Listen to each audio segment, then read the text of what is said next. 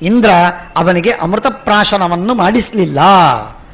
ವರ ಸಿಕ್ಕಿತು, ಆಯುಷ್ಯ ದೀರ್ಘವಾಗಿದೆ, ಸಾಕು. ಸುಮುಖ ಆನಂದಪಟ್ಟ, ಸಂತೋಷಪಟ್ಟ. ಇದು ಗೊತ್ತಾಯಿತು ಗರುಡನಿಗೆ. ಗರುಡ ಶುಶ್ರಾವ ಆಯುಪ್ರದಾನಂ ಶಕ್ರೇಣ. ಸಿಟ್ಟು ಬಂತು ಗರುಡನಿಗೆ. ಇಂದ್ರ, ಏನ್ ಬುದ್ಧಿ ಇದೆಯಾ ನಿನಗೆ? ರುದ್ಧ್ವಾ ತ್ರಿಭುವನಂ ಖಗಃ, ಎಲ್ಲ ಕಡೆಗೆ ತನ್ನ ರೆಕ್ಕೆ ಮಾಡಿ ಸಂಪೂರ್ಣ ಕತ್ತಲು ಮಾಡಿ ಇಡೀ ಗಾಳಿ ಬೆಳಕು ನೀರು ಏನೂ ಇಲ್ಲದಂತೆ ಮಾಡಿಬಿಡ್ತೀನಿ ಅಂತ ಹೇಳಿ ಸಿಟ್ಟಿಗೆ ಬಂದು ನಿಂತ. ಗರುಡ ಹೇಳ್ತಾ ಇದ್ದಾನೆ ಇಂದ್ರನಿಗೆ, ಏನಿದು? ನನ್ನ ಆಹಾರ, ಜಾತ್ಯ ನನ್ನ ಆಹಾರ, ನೀನ್ಯಾರು ಹೇಳೋನು? ಜೀವೋ ಜೀವಸ್ಯ ಜೀವನಂ, ನಾನು ಬದುಕೋದು ಹಾವಿನಿಂದ. ಹಣ್ಣು ಹಂಪಲು ತಿಂದು ಬದುಕು ಅಂತಂತೀಯ ನನಗೆ ಬಲ ಬರುತ್ತಾ? ಅಷ್ಟು ಬರುವುದಿಲ್ಲ. ಬ್ರಹ್ಮದೇವರು ಕೊಟ್ಟ ಆಹಾರ, ದೇವರು ಕೊಟ್ಟ ಆಹಾರ. ನೀನ್ಯಾರು ಅವನಿಗೆ ಆಯುಷ್ಯವನ್ನು ಕೊಟ್ಟು ಅವನನ್ನು ಬದುಕಿಸಿ ನನ್ನನ್ನು ಬಿಡು ಅಂತ ಹೇಳ್ತಿ? ಬಿಡಬಹುದು, ಬಿಡಬಹುದು ನಾನು, ಆದರೆ ನನಗೆಷ್ಟು ಅವಮಾನ. ನೀನು ನನ್ಕಿಂತಲೂ ಸಣ್ಣ ಹುಡುಗ ನೀನು. ನೀನು ನನಗೆ ಬೇಡ ಅಂತ ಹೇಳೋ ನೀನು ಯಾರಪ್ಪ? ಆ ಸುಮುಖನನ್ನು ನಾನು ಚೂಸ್ ಮಾಡಿ ಇಟ್ಟಿದ್ದೆ, ಟಾರ್ಗೆಟ್ ಮಾಡಿ ಇಟ್ಟಿದ್ದೆ. ಅವಗೊಂದು ಕಪ್ಪು ಚುಕ್ಕೆಯನ್ನು ಹಚ್ಚಿ ಇಟ್ಟಿದ್ದೆ. ಇಂಥ ಒಂದು ತಿಂಗಳು ಇಂಥ ದಿವಸ ಸರಿಯಾಗಿ ಅವನಿಗೆ ಡಿಜಮ್ ಅಂತ ಹಾಕಿಸ್ಬೇಕು ಅಂತ. ನೀನು ಅವನಿಗೆ ಆಯುಷ್ಯವನ್ನು ಕೊಡ್ತಿ. ಬುದ್ಧಿ ಇದೆಯಾ ನಿನಗೆ? ಅವಮಾನ ಆಗಲಿಲ್ಲ ನನಗೆ? ನೀನು ನನ್ಕಿಂತಲೂ ಚಿಕ್ಕವ, ಸಾಮಾನ್ಯ ದೇವತೆ, ನಾನು ಮಹಾದೇವತೆ, ನನಗೆ ಅವಮಾನ ಮಾಡ್ತಿ. ನನ್ನ ಬೆಲೆ ಏನು ಉಳಿತು ಸಮಾಜದಲ್ಲಿ? ಸಿಕ್ಕಾಪಟ್ಟೆ ಬೈಲಿಕ್ಕೆ ಶುರು ಮಾಡಿಬಿಟ್ಟ. ನನಗೆ ಆಹಾರೋ ವಿಹಿತೋ ಧಾತ್ರ ಕಿಮರ್ಥಂ ವಾರ್ಯತೆ ತ್ವಯ ವೃತಶ್ಚೈಷ ಮಹಾನಾಗ ಸ್ಥಾಪಿತ ಸಮಯಶ್ಚಮೆ. ನಾನು ನಿಶ್ಚಯ ಮಾಡ್ಕೊಂಡು ಕೂತಿದ್ದೀನಿ, ಅದಕ್ಕೆ ಸಮಯ ಕಾಲವನ್ನು ನಾವು ನಿರ್ಧಾರ ಮಾಡಿಟ್ಟಿದ್ದೀನಿ. ಅನೇನ ಚಮಯ ದೇವ ಭರ್ತವ್ಯ ಪ್ರಸವೋಮಯ ಮಹಾನ್. ನಾನೊಬ್ಬ ತಿನ್ನುವುದಲ್ಲದನ್ನ ನಾಗವನ್ನ, ನನ್ನ ಸಾವಿರಾರು ಜನ ಮಕ್ಕಳಿದ್ದಾರೆ, ಮೊಮ್ಮಕ್ಕಳಿದ್ದಾರೆ, ಪರಂಪರೆ ಇದೆ, ವಂಶವಿದೆ. ಆ ಒಂದು ನಾಗವನ್ನು ತೆಗೆದುಕೊಂಡು ಹೋಗಿ ಎಲ್ಲ ನನ್ನ ವಂಶದವರಿಗೆ ಹೊಟ್ಟೆಗೆ ಹಾಕಿ ಅವರನ್ನು ರಕ್ಷಣೆ ಮಾಡಬೇಕು. ಏತಸ್ಮಿಂಸ್ತು ತಥಾಭೂತೆ ನಾಣ್ಯಂ ಹಿಂಸಿತಿ ಉತ್ಸಾಹೇ ಕ್ರೀಡಸೆ ಕಾಮಕಾರೇಣ. ನಿನ್ನ ಮನಸ್ಸಿಗೆ ಬಂದಂತೆ ನೀನು ಮಾಡ್ತಿರ್ತಿ. ಇಂದ್ರ, ಬುದ್ಧಿ ಇದೆಯಾ ನಿನಗೆ? ಸೋಹಂ ಪ್ರಾಣನ್ ವಿಮೋಕ್ಷಾಮಿ. ಆದ್ದರಿಂದ ಏಚ ಭೃತ್ಯ ಮಮ ಗೃಹೇ ಪ್ರೀತಿಮಾನ್ ಭವ ವಾಸವ. ನಾವೆಲ್ಲ ಸತ್ತೋಗ್ತೀವಿ. ಇಂದ್ರ, ನೀನು ಸುಖವಾಗಿರು, ನೀನು ಸುಖವಾಗಿರು. ನಾನು ಸಾಯ್ತೀನಿ, ನಮ್ಮ ಪರಿವಾರ, ನಮ್ಮ ಮನೆಯ ಭೃತ್ಯರು, ಸೇವಕರು ಎಲ್ಲ ಸತ್ತು ಹೋಗ್ತೀವಿ ಅಂತಂದಾಗ ಶುತ್ವಾ ಸುಪರ್ಣವಚನಂ ಸುಮುಖೋ ದುರ್ಮುಖಸ್ತದ ದುಃಖದಿಂದ ತ್ಯಕ್ವಾ ರೂಪಂ ವಿವರಣಸ್ತು ಸರ್ಪಧೂರ ರೂಪಧರೋ. ಆಯ್ತು, ಹಾಗಾದರೆ ಗರುಡ ನಾನು ಕೊಂದ್ಬಿಡ್ತಾನೆ ಅಂತ ಹೇಳಿ ಹಾವಿನ ರೂಪವನ್ನು ತಾಳಿಬಿಟ್ಟ. ಸುಮುಖ ಮನುಷ್ಯ ರೂಪದಲ್ಲಿದ್ದ ಹಾವಿನ ರೂಪವನ್ನು ತಾಳಿಬಿಟ್ಟ. ಹಾವಿನ ರೂಪವನ್ನು ತಾಳಿ ಏನ್ ಮಾಡ್ತಾನೆ? ಸರಸರ ಸರಸರ ಸರ ಹೋದ. ವಿಷ್ಣುವಿನ ಪೀಠ ಇತ್ತು, ಆ ವಿಷ್ಣುವಿನ ಪೀಠಕ್ಕೆ ಸುತ್ತಲೂ ಗಟ್ಟಿಯಾಗಿ ಅಂಟಿಕೊಂಡು ಕೂತ್ಕೊಂಡ. ತಕ್ಷಕ ಇಂದ್ರನ ಪೀಠಕ್ಕೆ ಸುತ್ತಿಕೊಂಡಂತೆ ಇಲ್ಲಿ ಸುಮುಖ ಬಂದು ವಿಷ್ಣುವಿನ ಪೀಠಕ್ಕೆ ಸುತ್ತಿಕೊಂಡು ಕೂತ. ಗತ್ವಾ ವಿಷ್ಣು ಸಮೀಪಂತ ಪಾದಪೀಠಂ ಸಮಶ್ಲೇಷತ. ನಮತ್ಕೃತಂ ವೈನತೆಯ ನಮಾಂ ಕ್ರೋದ್ಧಂ ತ್ವಮರ್ಹಸಿ. ಗರುಡನಿಗೆ ಪ್ರಾರ್ಥನೆ ಮಾಡ್ತಾ ಇದ್ದಾನೆ ಇಂದ್ರ, ನಾನು ಮಾಡಿದ್ದಲ್ಲ, ನನ್ನ ಮೇಲೆ ಸಿಟ್ಟಾಗಬೇಡ ನೀನು. ಸಾಕ್ಷಾತ್ ವಿಷ್ಣುವೇ ಅವನಿಗೆ ಅಭಯವನ್ನು ಕೊಟ್ಟಿದ್ದಾನೆ, ಅದಕ್ಕೆ ನಾನು ನಿಮಿತ್ತನಾಗಿ ಅವನಿಗೆ ಆಯುಷ್ಯವನ್ನು ಕೊಟ್ಟದ್ದು. ನನ್ನ ಮೇಲೆ ಸಿಟ್ಟಿಗೆ ಬರಬೇಡ, ನಾನು ನಿನ್ನ ವಿರೋಧ ಮಾಡಿದ್ದಲ್ಲ. ತ್ರೈಲೋಕ್ಯಸ್ಯೇಶ್ವರೋ ಯೋಹಂ ಪರಭೃತ್ಯತ್ವಮಾಗತಃ ತ್ವಯಿ ತಿಷ್ಠತೆ ದೇವೇಶ ನ ವಿಷ್ಣು ಕಾರಣಂ ಮಮ. ನೀನು ಇದ್ದಾಗ ವಿಷ್ಣು ಮಾಡ್ತಾನೆ ಅಂತ ಹೇಳೋದು ಸರಿಯಲ್ಲ ಇತ್ಯಾದಿಯಾಗಿ ಮಾತುಗಳನ್ನು ಹೇಳಿ, ಆಗ ನನ್ನ ತಾಯಿ ವಿನತ, ನಿನ್ನ ತಾಯಿ ಅದಿತಿ, ಅವನ ತಾಯಿ ಕದ್ರು, ನಾವೆಲ್ಲ ಒಂದು ಕಡೆಗೆ ಹುಟ್ಟಿದವರು. ಅಹಮತ್ಯುತ್ಸವೇ ಲೋಕಾನ್ ಸಮಂತಾದ್ವೋಡು ಮಂಜಸ. ಶೇಷದೇವರು ಯಾವ ರೀತಿಯಾಗಿ ಇಡೀ ಭೂಮಿಯನ್ನು ಹೊರುವುದಕ್ಕೆ, ಬ್ರಹ್ಮಾಂಡವನ್ನು ಹೊರುವುದಕ್ಕೆ ಸಮರ್ಥರಾಗಿದ್ದಾರೋ ಹಾಗೆ ಲೋಕಾನ್ ಸಮಸ್ತಾದ್ವೋಡು ಮಂಜಸ, 14 ಲೋಕಗಳನ್ನು ನಾನೂ ಹೊತ್ತು ನಿಲ್ಲುವುದಕ್ಕೆ ಸಾಮರ್ಥ್ಯವಿದೆ ನನಗೆ. ಏನಂತೆ ತಿಳಿದಿ ನೀನು? ನನಗೆ ನನ್ನ ಪರಾಕ್ರಮ ನಿಮಗೆಲ್ಲ ಗೊತ್ತಿಲ್ಲ. ತಥೋಹಿ ಜೀವಿತಂ ತಸ್ಯ ಅಸಹ್ಯಂ ಸರ್ವಭೂತಾನಂ ಮಮಾಪಿ ವಿಪುಲಂ ಬಲಂ. ನನ್ನ ಸಾಮರ್ಥ್ಯ ಅಪಾರವಾದದ್ದು, ಯಾರೂ ನನ್ನ ಸಹನೆ ಮಾಡ್ಲಿಕ್ಕೆ ಸಾಧ್ಯವಿಲ್ಲ. ಮಯಾಪಿ ಸುಮಹತ್ಕರ್ಮ ಕೃತಂ ದೈತ್ಯ ವಿಗ್ರಹೇ. ದೈತ್ಯರ ಜೊತೆಗೆ ಯುದ್ಧವಾಡುವಾಗ ಭಾರೀ ಶಕ್ತಿಯನ್ನ ತೋರಿಸಿ ದೈತ್ಯರನ್ನು ಸಂಹಾರ ಮಾಡಿದ್ದೇನೆ. ವಹಾಮಿ ಚೈವಾನುಜಂತೆ. ಇಲ್ಲಿ ಬಂತು ನೋಡಿ ಅಹಂಕಾರ, ಇಲ್ಲಿ ಬಂತು ಅಹಂಕಾರ ಗರುಡನಿಗೆ. ಏನಂತಾನೆ ಗರುಡ? ವಹಾಮಿ ಚೈವಾನುಜಂತೆ ಅನುಜಂತೆ. ನಿನ್ನ ತಮ್ಮನಾದ ವಿಷ್ಣುವನ್ನು ಹೊತ್ತವನು ನಾನೇ. ವಿಷ್ಣು ಎಂಥವನು? ಅಂಥ ವಿಷ್ಣುವನ್ನು ಹೊರುವುದು ನನಗೆ ಸಾಮರ್ಥ್ಯವಿದೆ, ಇನ್ಯಾರಿಗಿದೆ ಸಾಮರ್ಥ್ಯ? 14 ಲೋಕಗಳನ್ನು ಹೊರ್ತೇನೆ, 14 ಲೋಕಗಳನ್ನು ಹೊತ್ತಂತಹ ವಿಷ್ಣುವನ್ನು ನನ್ನ ಹೆಗಲ ಮೇಲೆ ನಾನು ಹೊತ್ತು ಹೋಗಬಹುದು. ಕೋಣ್ಯೋ ಭಾರ ಸೋಹ್ಯಸ್ತಿ ಕೋಣ್ಯೋಸ್ತಿ ಬಲವತ್ತರಃ. ನನ್ನಂತೆ ಭಾರವನ್ನು ಹೊತ್ತವನು ಯಾರು? ನನ್ನಷ್ಟು ಬಲಶಾಲಿ ಯಾರು ಜಗತ್ತಿನಲ್ಲಿ ಹೇಳು. ಸೋಹಂ ಪಕ್ಷೈಕ ದೇಶೇನ ಮಹಾಮಿತ್ವಾಂ ಗತಕ್ಲಮಃ. ಒಂದು ರೆಕ್ಕೆಯ ಒಂದು ಸಣ್ಣ ತುದಿಯಲ್ಲಿ ನಿನ್ನನ್ನು ಹೊತ್ತು ಹಾರಿಸಿಬಿಡ್ತೆ. ಏನಂತ ತಿಳಿದಿ ನೀನು? ನನಗೆ ಅವಮಾನ ಮಾಡಿದ್ದೀ ನೀನು. ತೇನಮೇ ಗೌರವಂ ನಷ್ಟಂ ತ್ವತ್ತಶ್ಚಾಸ್ಮಾಚ್ಚ ವಾಸವ. ನನಗೆ ಮರ್ಯಾದೆಯೇ ಇಲ್ಲ. ನಾನು ಆಹಾರವಾಗಿ ಹಿಡಿದುಕೊಂಡದ್ದನ್ನು ನೀನು ಅದನ್ನು ಬಿಡಿಸಿದರೆ, ಬದುಕಿಸಿದರೆ ನನ್ನ ಮರ್ಯಾದೆ ಏನು ಉಳಿತು? ಆದ್ದರಿಂದ ಹೀಗೆ ಮಾಡೋದು ಸರಿಯಲ್ಲ ಅಂತ ಹೇಳಿದಾಗ ಆಗ ಅಕ್ಷೋಭ್ಯಂ ಕ್ಷೋಭಯಂ ಸ್ತಾರ್ಕ್ಷ್ಯಂ ಉವಾಚ ರಥಚಕ್ರಭೃತ. ಪಕ್ಕದಲ್ಲೇ ವಿಷ್ಣು ಕೂತಿದ್ದ.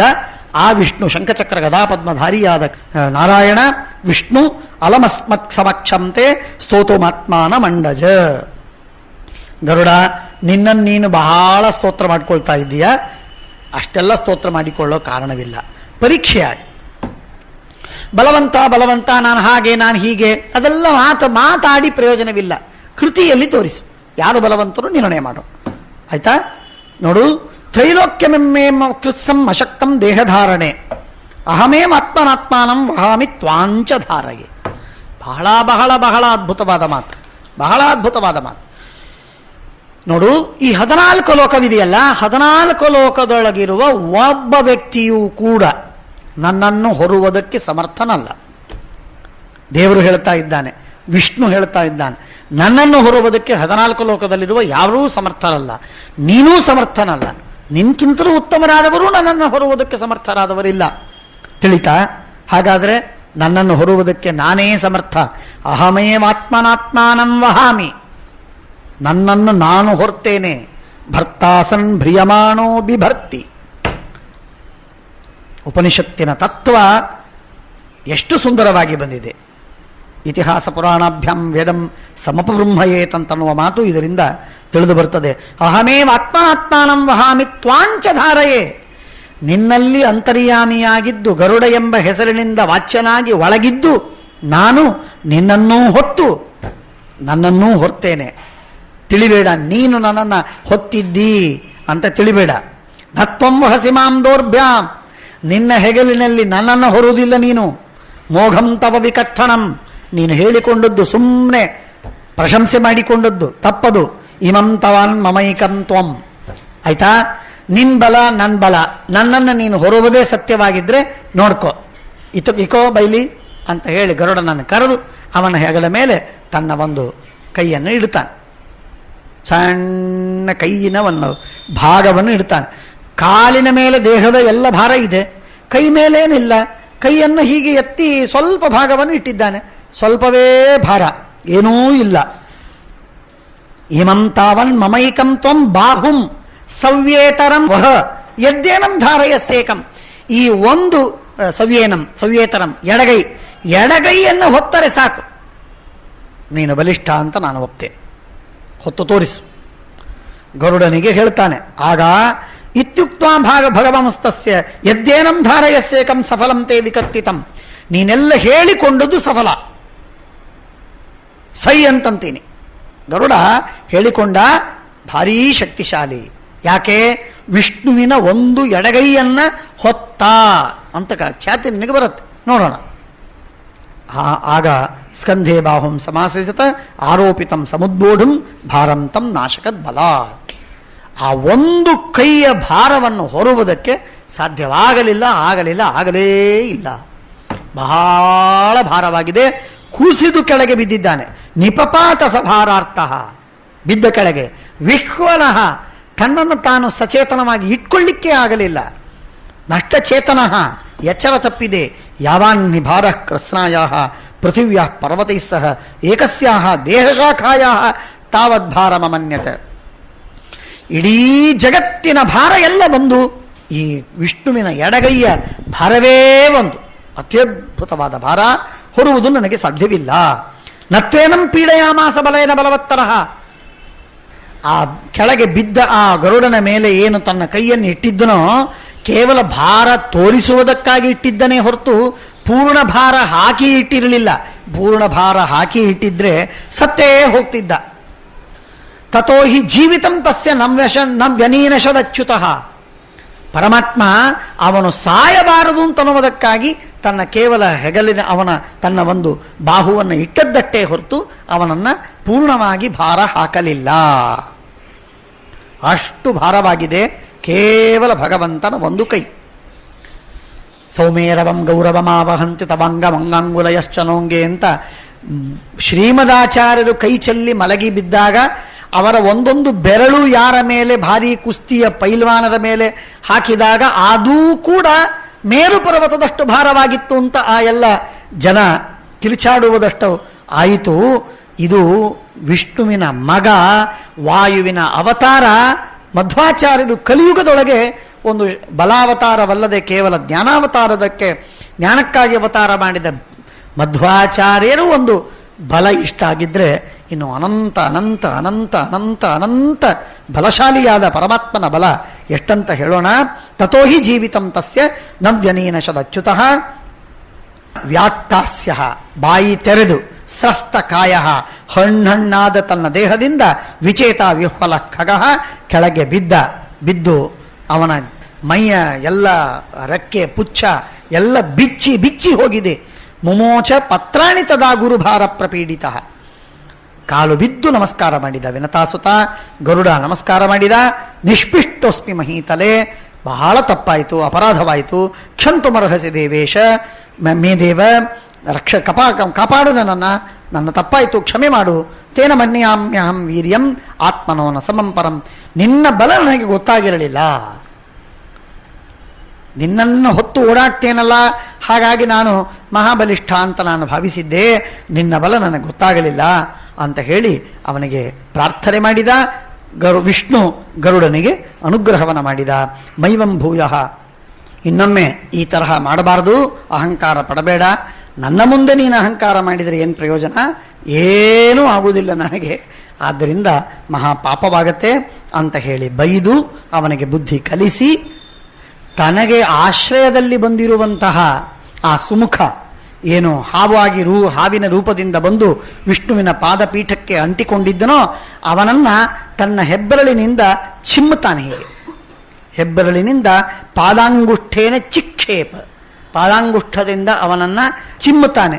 ಚಿಮ್ಮಿದಾಗ ಸುಮುಖಂ ಗರುಡೋರಸಿ, ಗರುಡನ ಎದೆಯ ಮೇಲೆ ಅವನು ಹೋಗಿ ಬೀಳ್ತಾನೆ. ಬಿದ್ದಾಗ ಗರುಡ ಅವನನ್ನು ಅತ್ಯಂತ ಪ್ರೀತಿಯಿಂದ ಹಿಡ್ಕೋತಾನೆ, ತಿನ್ನುವುದಿಲ್ಲ. ವಿಷ್ಣು ಕೊಟ್ಟದ್ದು, ವಿಷ್ಣು ಕಾಪಾಡಿದ್ದು, ವಿಷ್ಣುವಿನ ಪ್ರೀತಿಗೆ ಪಾತ್ರನಾದವ, ಇಂಥ ಬಲಿಷ್ಠನಾದ ವಿಷ್ಣು, ಅವನಿಗೆ ನಾನು ಸೋತವ ನಾನು, ದಾಸ ನಾನು, ಅವನ ಭಕ್ತ, ಅವನ ವಿರೋಧವನ್ನು ಮಾಡಬಾರದು. ಅವನು ಆಶ್ರಯ ಕೊಟ್ಟಂತಹ ಈ ಸುಮುಖನನ್ನ ನಾನು ತಿನ್ನುವುದು ಸರಿಯಲ್ಲ, ದೀರ್ಘಾಯುಷ್ಯವಿದೆ ಇವನಿಗೆ ಅಂತ ಹೇಳಿ ಸರ್ಪ ಗರುಡ ಆ ಹಾವನ್ನ ತನ್ನ ಕೈಯಲ್ಲಿ ಹಿಡಿದುಕೊಳ್ತಾನೆ. ಹಿಡಿದುಕೊಂಡು ಸಹಸಪ್ಪೇಣ ವರ್ತತೆ. ಅದಕ್ಕಾಗಿ ಇವತ್ತಿಗೂ ಕೂಡ ಒಂದು ಗರುಡನ ಚಿತ್ರವನ್ನು ನೋಡಿದರೆ ಅವನು ಹಾರುವ ಗರುಡ ಚಿತ್ರ, ಕೂತ ಗರುಡನಲ್ಲ, ಹಾರುವ ಗರುಡನನ್ನ ಮೇಲೊಬ್ಬ ವಿಷ್ಣು ಕೂತಿದ್ದಾನೆ ಅಥವಾ ಲಕ್ಷ್ಮೀದೇವಿ ಇದ್ದಾಳೆ ಅಂತಾದರೆ ಆ ಹಾರುವ ಗರುಡನ ಕೈಯಲ್ಲಿ ಒಂದು ಹಾವಿದೆ. ತಿನ್ನುವುದಕ್ಕಾಗಿ ಇಟ್ಟ ಹಾವಲ್ಲ, ಕಾಪಾಡಿದ ಹಾವು. ಅದ್ಯಾರು? ಸುಮುಖ. ಯಾಕೆ? ವಿಷ್ಣು ಕಾಲಿನಿಂದ ಚಿಮ್ಮಿದ್ದು. ಅಂಥ ಆ ಹಾವಿನ ಚಿತ್ರವನ್ನು ನಾವು ನೋಡ್ತೇವೆ. ಏವಂ ವಿಷ್ಣು ಬಲಾಕ್ರಾಂತಃ ಗರ್ವನಾಶಮುಪಾಗತಃ. ವಿಷ್ಣುವಿನ ಬಲದಿಂದ ಆಕ್ರಾಂತನಾಗಿ ಅವನು ತನ್ನ ಗರ್ವನಾಶವನ್ನ ಹೊಂದಿದ್ದಾನೆ. ತಥಾ ತ್ವಮಪಿ ಗಾಂಧಾರೆ ಯಾವತ್ ಪಾಂಡು ಸುತಾನ್ರಣೆ. ಗರುಡನಂತಹ ಗರುಡನಿಗೆ ವಿಷ್ಣುವಿನ ಎದುರಾಗಿ ವಿರೋಧವನ್ನು ಮಾಡದ ಹೊರತು ಅವನಿಗೆ ಗೊತ್ತಾಗಲಿಲ್ಲ ವಿಷ್ಣುವಿನ ಬಲವೇನು ಅಂತ. ಹಾಗೆ ನಿನಗೂ ಗೊತ್ತಾಗುವುದಿಲ್ಲ. ಭೀಮನ ಜೊತೆಗೆ ಎದುರಾಗಿ ಯುದ್ಧವನ್ನು ಮಾಡುವವರೆಗೆ ಭೀಮನ ಬಲವೇನು ಅಂತ ಗೊತ್ತಾಗುವುದಿಲ್ಲ, ಅರ್ಜುನನ ಬಲವೇನು ಅಂತ ತಿಳಿಯುವುದಿಲ್ಲ. ವಿಷ್ಣುವೇ ಸಾಕ್ಷಾತ್ ಕೃಷ್ಣನಾಗಿ ಅವತಾರ ಮಾಡಿದ್ದಾನೆ, ಆ ಕೃಷ್ಣನ ಬಲ ನಿನಗೆ ಅರ್ಥವಾಗಲಿ ಸಾಧ್ಯವಿಲ್ಲ. ಅದಕ್ಕಾಗಿ ಭೀಮ ಪ್ರಹರತಂ ಶ್ರೇಷ್ಠ ವಾಯುಪುತ್ರೋ ಮಹಾಬಲಃ. ವಾಯುದೇವರ ಮಗ ಆ ಭೀಮ ಮಹಾಬಲಿಷ್ಠ, ಇಂದ್ರನ ಮಗ ಧನಂಜಯ, ಅರ್ಜುನ, ವಿಷ್ಣು, ವಾಯು, ಶಕ್ರ, ಧರ್ಮ, ಅಶ್ವಿನಿ ದೇವತೆಗಳು ಅವರೇ ಕೃಷ್ಣ ಮತ್ತು ಪಂಚಪಾಂಡವರು. ಆದ್ದರಿಂದ ಪ್ರತ್ಯಕ್ಷದರ್ಶಿ ಸರ್ವಸ್ಯ ನಾರದೋಯಂ ಮಹಾತಪಾಹ ಮಾಹಾತ್ಮ್ಯಸ್ಯ ತದಾ ವಿಷ್ಣೋ ಸ್ವಯಂ ಚಕ್ರ ಗದಾಧರ. ಹೀಗೆ ಶಂಖಚಕ್ರ ಗದಾ ಪದ್ಮಧಾರಿಯಾದ ಆ ನಾರಾಯಣನ ವಿಷ್ಣುವಿನ ಮಹಿಮೆ ಇಂಥ ಅತ್ಯದ್ಭುತವಾದದ್ದು. ಆದ್ದರಿಂದ ಇದನ್ನು ನೀನು ತಪ್ಪಾಗಿ ಎಣಿಸಬೇಡ, ಸರಿಯಾಗಿ ತಿಳ್ಕೋ, ಅವನಿಗೆ ಶರಣು ಹೋಗು, ಯುದ್ಧವಾಡಬೇಡ, ವಿಷ್ಣು ಕೃಷ್ಣ ಹೇಳಿದ ಮಾತನ್ನ ಪರಿಪಾಲಿಸು, ರಾಜ್ಯವನ್ನು ಕೊಡು, ಪ್ರೀತಿಯಿಂದ ಹೊಂದಾಣಿಕೆಯಿಂದ ಇರು, ನೀನು ಬದುಕ್ತಿ, ಇಲ್ಲದೆ ಇದ್ರೆ ನೀನು ಸಾಯ್ತಿ, ಹಾಗೆ ಮಾಡಬೇಡ ಅಂದಾಗ ಇಷ್ಟು ಕಣ್ವ ಋಷಿಗಳು ಉಪದೇಶವನ್ನು ಮಾಡ್ತಾರೆ. ಮಾಡಿದರೆ ದುರ್ಯೋಧನ ಏನು ಮಾಡಬೇಕು? ಎಂಥ ಉನ್ಮತ್ತ ನೋಡ್ರಿ. ಅಂದರೆ ಎಷ್ಟೇ ಹೇಳಿ ಎಷ್ಟೇ ಉಪದೇಶ ಮಾಡಲಿ ದುರ್ಜನರಿಗೆ ಎಂದೆಂದಿಗೂ ತಮ್ಮ ದುರ್ಬುದ್ಧಿಯಿಂದ ಒಂದು ಕೂದಲು ಎಳೆ ಆಚೆ ಈಚೆ ಆಗುವುದಿಲ್ಲ. ನಾಸ್ತಿಕರನ್ನು ಕೂಡಿಸಿ ಎದುರಿಟ್ಟು ನಮ್ಮಲ್ಲೆಲ್ಲ ಅನೇಕ ಸಮಸ್ಯೆಗಳು ಬರ್ತವೆ. 2 ನಿಮಿಷ ಹೇಳ್ತೀನಿ. ನಾಸ್ತಿಕರನ್ನು ಎದುರಿನಲ್ಲಿ ಕೂಡಿಸಿಕೊಂಡು ಅವರಿಗೆ ಉಪದೇಶ ಮಾಡಿ ಮಾಡಿ ಮಾಡಿ ಮಾಡಿ ಎಷ್ಟೇ ಆರ್ಗ್ಯುಮೆಂಟ್ ಮಾಡಿ ವಿಷ್ಣುವಿನ ದೇವರು ಇದ್ದಾನೆ, ಭಗವಂತ ಇದ್ದಾನೆ, ಸತ್ಯ ಅಂತ ಸಾಧನೆ ಮಾಡಿದರೂ ಅವರು ಒಪ್ಪುವುದಿಲ್ಲ, ದೇವರ ಅಸ್ತಿತ್ವವನ್ನು ಒಪ್ಪುವುದಿಲ್ಲ. ದೇವರಿಲ್ಲ, ಕೊನೆಗೆ ಹಾಗೆ ಹೇಳಿ ಹೋಗುವುದು. ಅದಕ್ಕೆ ದೃಷ್ಟಾಂತ ಇದೆ ದುರ್ಯೋಧನಸ್ಸು ತಕ್ಷತ್ವ ನಿಶ್ವಸನ್ ಭೃಕುಟಿ ಮುಖ, ನಿಟ್ಟುಸಿರು ಬಿಡುತ್ತಾನೆ, ಹಿ ಸೈಜ್. ಆಮೇಲೆ ಭೃಕುಟಿ ಮುಖ, ಹುಬ್ಬುಗಂಟು ಹಾಕ್ತಾನೆ. ರಾಧೇಯಂ ಅಭಿಸಂಪ್ರೇಕ್ಷ್ಯ, ಕರ್ಣ ಪಕ್ಕದಲ್ಲೇ ಕೂತಿದ್ದಾನೆ, ಅವನ ಕಡೆ ಮುಖ ಮಾಡ್ತಾನೆ. ನೋಡಿ ಜಹಾಸ ಸ್ವನವತ್ತದ ಈ ಮುದುಕ ಕಣ್ವ ಏನ್ ನಮಗೆ ಉಪದೇಶ ಮಾಡ್ತಾನೆ. ವಿಷ್ಣುವಿಗೆ ಭೀಮ ಅರ್ಜುನ ಇವರಿಗೆ ಶರಣ ಹೋಗಬೇಕಂತೆ, ನಾವೆಲ್ಲ ಶರಣ ಹೋಗ್ಬೇಕಂತೆ. ಆ ಗರುಡ ಸೋತಾನಂತೆ, ನಾವು ಸೋಲ್ತೇವೆ ಅಂತೆ, ಅದಕ್ಕೆ ಅವನಿಗೆ ಶರಣ ಹೋಗಬೇಕಂತೆ. ಇಂಥ ಬುದ್ಧಿಗೇಡಿ ಇವನು ಕಣ್ವ ಅಂತ ಹೇಳಿ ಅವನನ್ನು ಅಪಹಾಸ ಮಾಡ್ತಾರೆ. ಕಣ್ವನನ್ನ ಜಹಾಸ ಸ್ವನವತ್, ಧ್ವನಿ ಮಾಡಿ ಅಟ್ಟಹಾಸ ಮಾಡಿ ನಗುತ್ತಾನೆ. ನಕ್ಕು ಕದರ್ಥೀಕೃತ್ಯ ತದ್ವಾಕ್ಯಂ ಋಷಿ ಕಣ್ವಸ್ಯ ದುರ್ಮತಿ ಊರುಂ ಗಜಕರಾಕಾರಂ, ತನ್ನ ತೊಡೆಯನ್ನು ತೋರಿಸ್ತಾನೆ. ತಾಡೆಯನ್ನಿದಮಬ್ರವೀತ್, ಕಣ್ವರೇ ಕೇಳ್ರಿ, ದೇವರು ನನ್ನನ್ನು ಹೇಗೆ ಸೃಷ್ಟಿ ಮಾಡ್ಯಾನೋ, ನನ್ನ ಭವಿಷ್ಯ ಏನಾಗಬೇಕೋ, ನಾನೇನು ಮುಂದೆ ಗತಿಯನ್ನು ಹೊಂದೋನಿದ್ದೇನೋ ಆ ತರಹ ಆಗತ್ತೆ. ನೀವು ಯಾರು ನನಗೆ ಹೇಳ್ತೀರಿ? ಸುಮ್ಮನೆ ಬಾಯಿ ಮುಚ್ಕೊಂಡು ಕೂತಿರಿ. ದೇವರ ಪ್ರೇರಣೆ ಪ್ರಕಾರ ಆಗೋದಲ್ಲ ಎಲ್ಲಾನು, ಹಾಗಾಗತ್ತೆ. ಇದೆಲ್ಲ ವಾದ. ದೇವರ ಪ್ರೇರಣೆಯಂತೆ ಆಗತ್ತೆ ನಾನೇನು ಮಾಡೋದು, ದೇವರ ಪ್ರೇರಣೆಯಂತೆ ಆಗತ್ತೆ ನಾನೇನು ಮಾಡೋದು ಅಂತನ್ನೋ ವಾದ ಏನಿದೆ, ಇದು ಕೇವಲ ದುರ್ಯೋಧನನ ವಾದ. ತಾವು ಧರ್ಮವನ್ನು ಮಾಡುವುದಕ್ಕೆ ತೊಡಗುವುದಕ್ಕೆ ತಯಾರೇ ಆಗದೇ ಇದ್ದಂತಹ ಮುಠಾಳರು ಆಡುವ ಮಾತಿದೆಲ್ಲ, ದುರ್ಯೋಧನ ಹೇಳುವ ಮಾತಿದು. ಆದ್ದರಿಂದ ಹೀಗೆಲ್ಲ ಮಾತಾಡತಕ್ಕದ್ದಲ್ಲ. ಹೌದು, ಇದು ವಿಧಿ, ಇದು ನಿಷೇಧ. ಸರಿ, ವಿಧಿಯನ್ನು ಪಾಲನೆ ಮಾಡ್ತೇನೆ, ನಿಷೇಧವನ್ನು ನಾನು ಪಾಲನೆ ಮಾಡ್ತೇನೆ, ಹೊರತು ದೇವರ ಪ್ರೇರಣೆ ಮಾಡಲಿ ನಾನು ಮಾಡ್ತೀನಿ ಅಂತ ಯಾರಂತಾನೋ ಅವನ ಮಹಾ ಮಹಾ ಮಹಾ ಮಹಾ ಶಠ, ದೊಡ್ಡ ಶಠ. ಯಥೈವ ಈಶ್ವರ ಸೃಷ್ಟೋಸ್ಮಿ ಯದ್ಭಾವಿ ಯಾಚಮೇ ಗತಿ ತಥಾ ಮಹರ್ಷೇ ವರ್ತಾಮಿ ಕಿಂ ಪ್ರಲಾಪ ಕರಿಷ್ಯತಿ. ನೀವಿಷ್ಟೆಲ್ಲ ಮಾತಾಡಿದ್ದು ಏನು ಪ್ರಯೋಜನ ಸ್ವಾಮಿ? ಆ ಮಾತಲಿಯನ್ನ ತನ್ನ ಕನ್ಯೆಗಾಗಿ ಹುಡುಕಿಸಿ ನಾರದನ ಜೊತೆಗೆ ಸೇರಿಸಿ 10 ಲೋಕಗಳ ಕಥೆ ಹೇಳಿ ಕೊನೆಗೆ ಆ ಗರುಡ ವಿಷ್ಣುವಿಗೆ ಸೋತದ್ದು ಹೇಳಿ ನನಗೂ ನೀವು ಶರಣಾಗತಿ ಹೋಗು ಅಂತ ಹೇಳ್ತೀರಲ್ಲ, ದೇವರು ಹಾಗೆ ಪ್ರೇರಣೆ ಮಾಡಲಿ ನನಗೆ, ನಾನು ಮಾಡ್ತೀನಿ ಅಂತ ಹೇಳಿ ತಾನು ಅಪಹಾಸ ಮಾಡ್ತಾನೆ. ಆಗ ಕಣ್ವರಿಗೆ ತುಂಬ ಕ್ರೋಧ ಬರುತ್ತದೆ, ಸಿಟ್ಟಾಗ್ತದೆ.